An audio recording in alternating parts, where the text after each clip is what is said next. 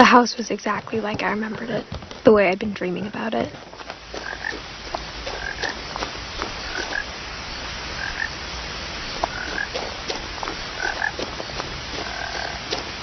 As a child, the house made me uncomfortable in a way I couldn't put into words.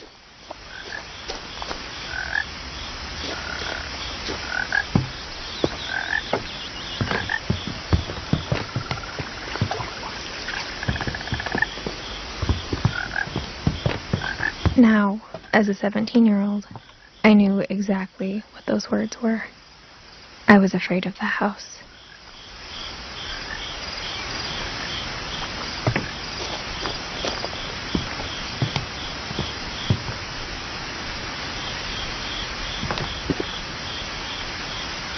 I hoped the key might unlock the front door. It didn't.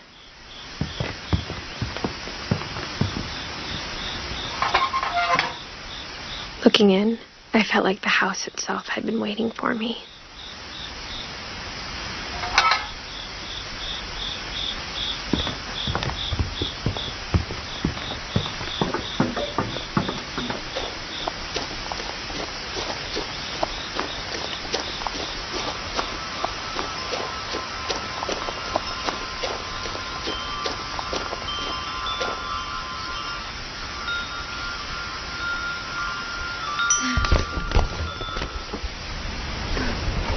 Crawling through the doggy door used to be a lot easier when I was 11.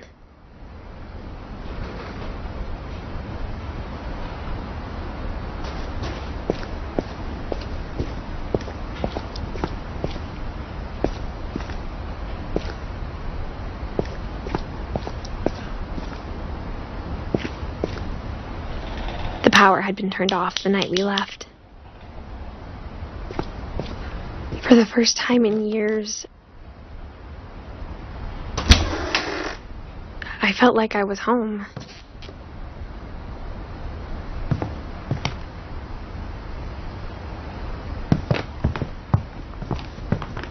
But instead of a family, there were just memories of one. Like how after Louis started working at the cannery, we all got sick of eating salmon. Except our cat, Molly. Or how only one restaurant would deliver to our house. So we had Chinese a lot.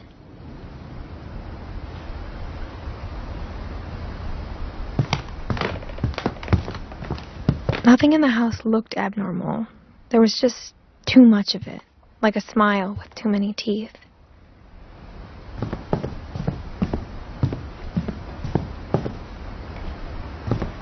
My mom wasn't much of an optimist, but she never stopped believing that my brother Milton was alive. A lot of things got left behind in the whirlwind of that last night.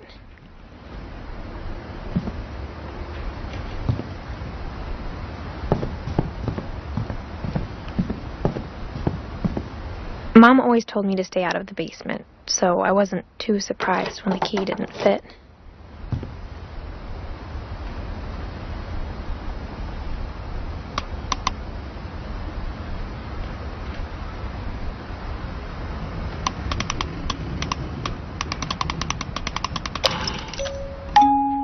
Great-Grandpa Sven built a music box for Barbara, along with the rest of the house.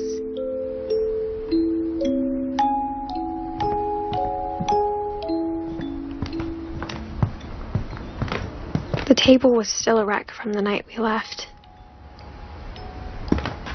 It was like a bomb had gone off, killing everyone but sparing the furniture. My mom was the only one of us who could imagine Great-Grandma Edie living in a nursing home.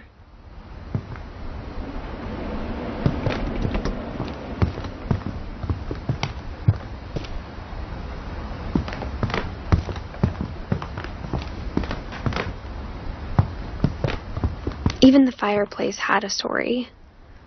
Edie told me the bricks came from the original house, after it sank.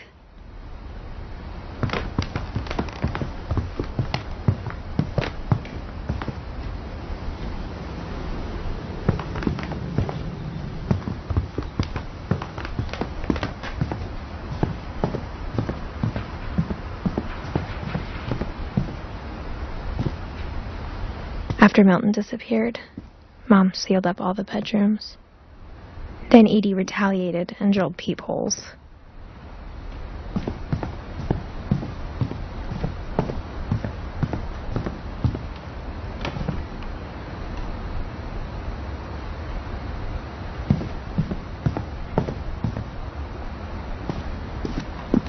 Mom must have locked the third-floor stairs on the night we left. Whenever people ask me about my family, the first thing they always want to know about is Barbara.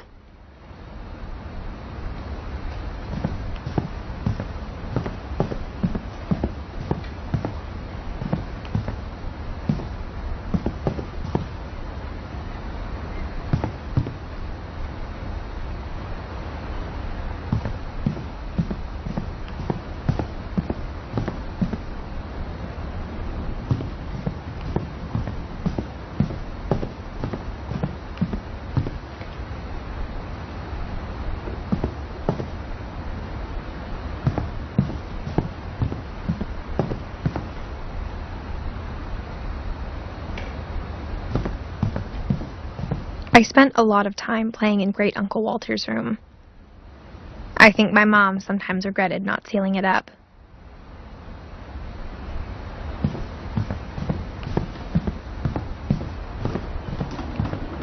Louis told me there were secret passages, but I never believed him.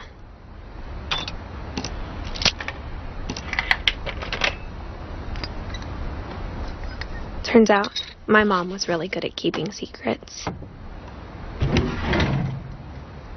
Now it was time to find out what my mom had been afraid of.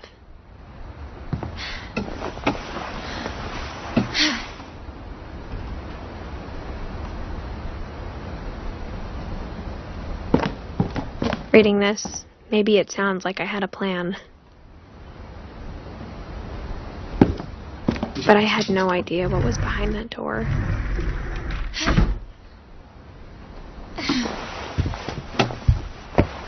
Just like I had no idea where all this was going to lead.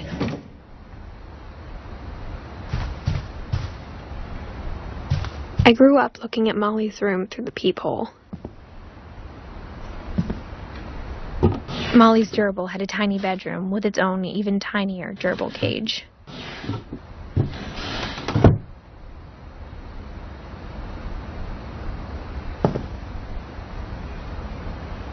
Being inside for the first time, I felt like I'd stepped behind a painting.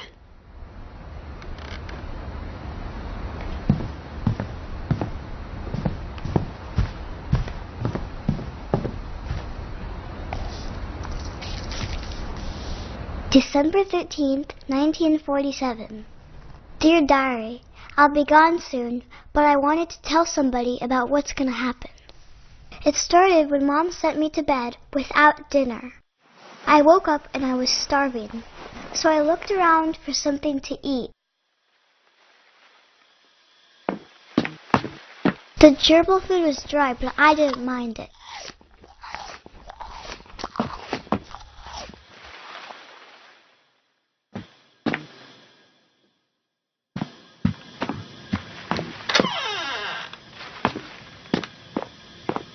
I kept eating and eating.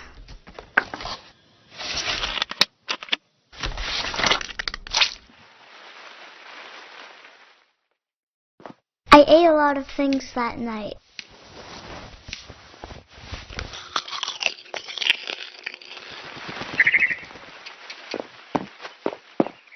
Then I heard chirping outside my window. It was a barn swallow going back to her nest. I reached out for her.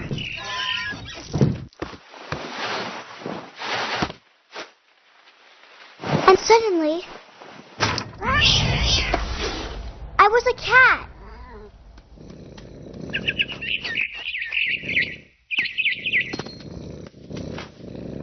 I tried to be quiet, but the bird was really scared.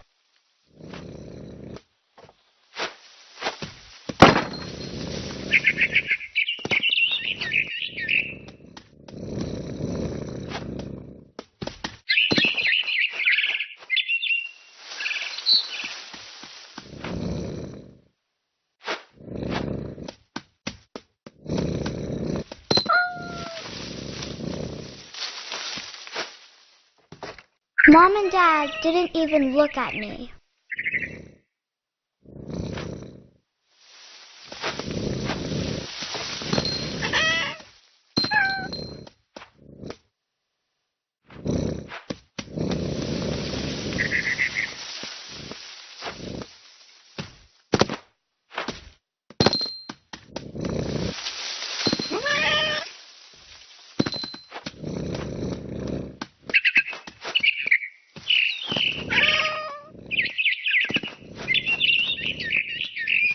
I jumped and I almost got her.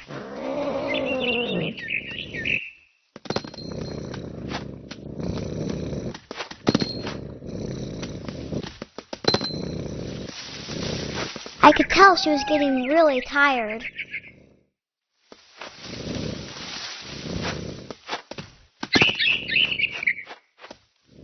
Now I was up in the big tree. I promised Dad I wouldn't climb it anymore. All I cared about was eating that mama bird. I gobbled her up. And suddenly, I was an owl. First, all I heard was the wind. Then I heard little teeth nibbling in the grass.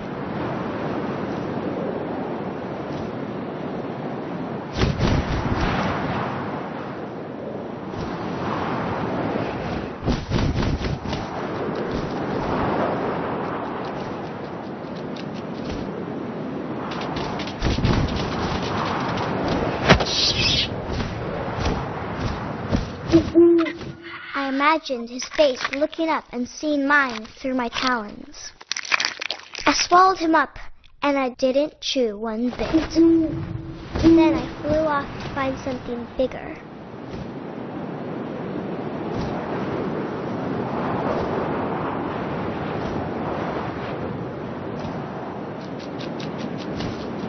A mama rabbit.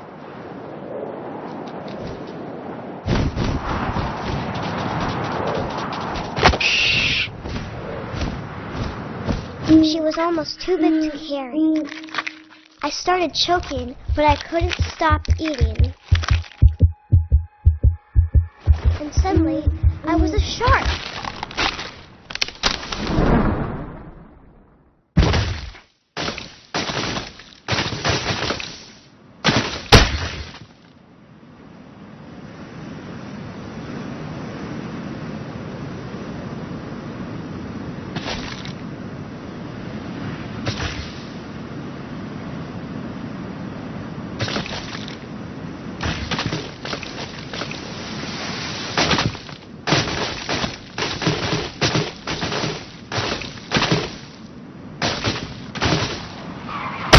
I rolled off a cliff and into the ocean. Now, I was hungrier than ever.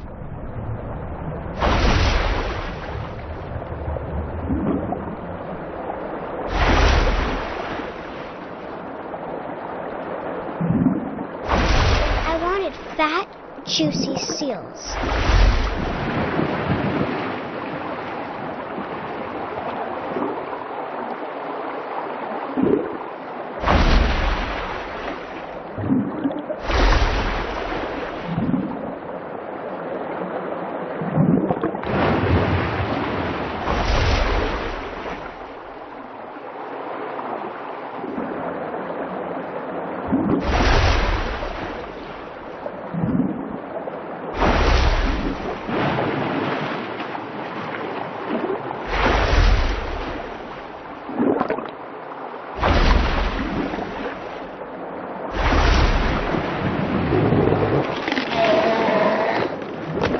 Off her flipper, and it tasted really good.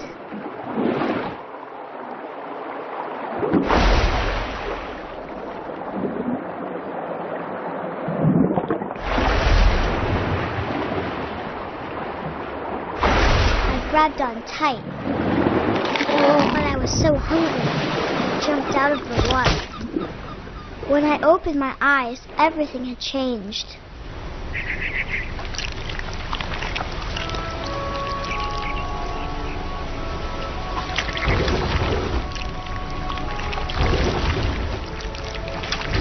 Now I was was a monster, and I smelled people everywhere.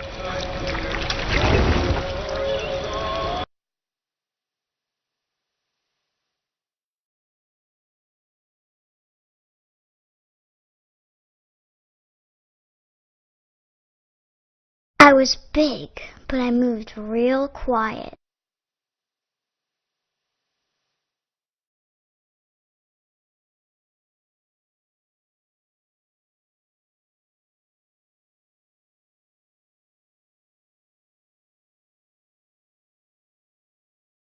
I wanted to stop, but also I didn't.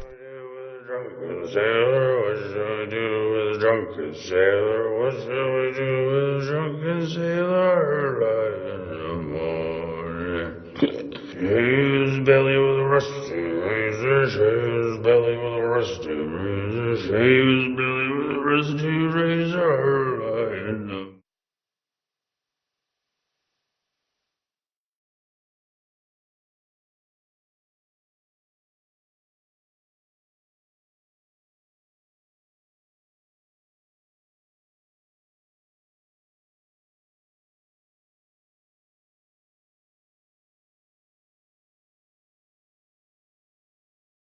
After the last passenger, I was still hungry. And across the water, I smelled something new. Something I had to have, so I swam towards it.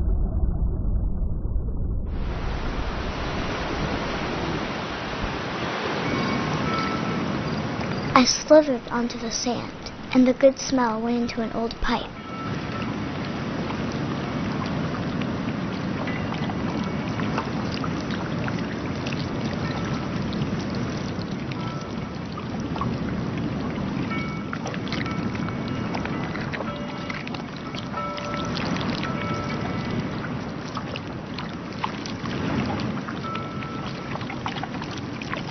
I got closer and closer.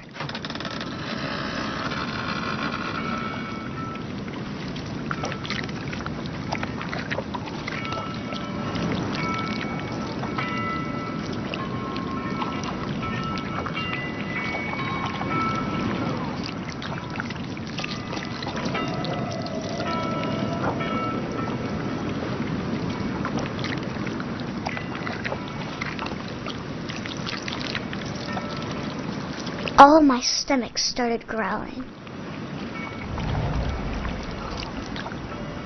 And suddenly, I was me again. I held my breath for a long time, but I couldn't hear anything.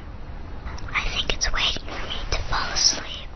But it's not going to wait much longer. It needs to feed, and we both know I will be delicious.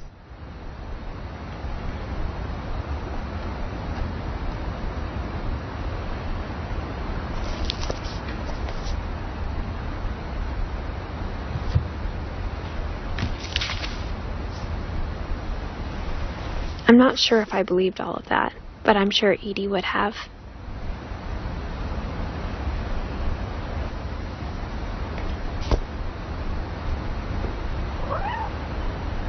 I got the sense Edie had spent a lot of time here, before my mom sealed the doors.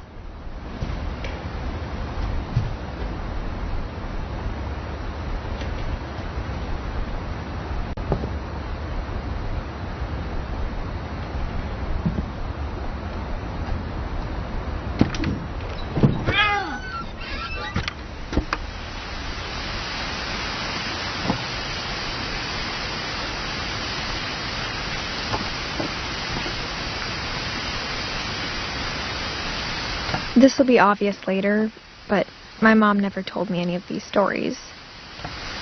Edie would have, but Mom didn't like bringing up the past. Though, when we adopted a stray kitten, she was the one who named it Molly.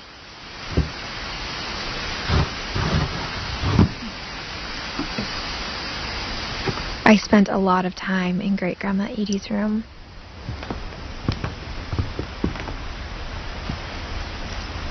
We got along, and it was a good place to hide from my mom.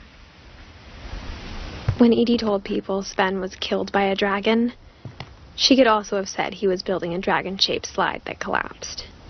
She could have, but she didn't.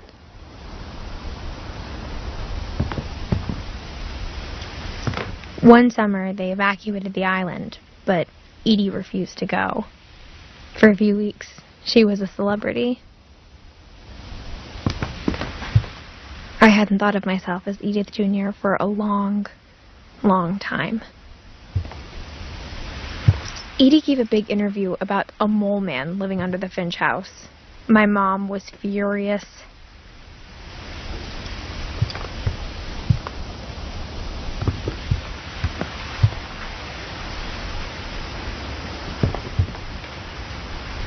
Louis died a week before we left, but Edie had already started to memorialize him. Her room was like a museum.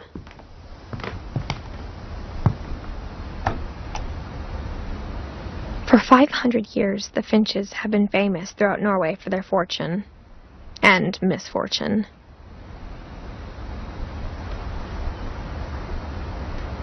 Odin Finch buries the latest victims of the family curse, his wife Ingeborg and their newborn son, Johan.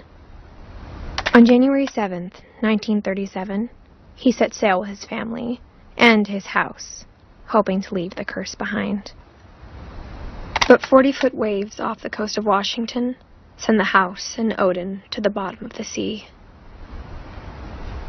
Odin's daughter Edie, with husband Sven and baby Molly, step ashore on their new home, Orcas Island. Odin Finch is the first to be buried in the new family cemetery. His daughter Edie is already dreaming of a new Finch house.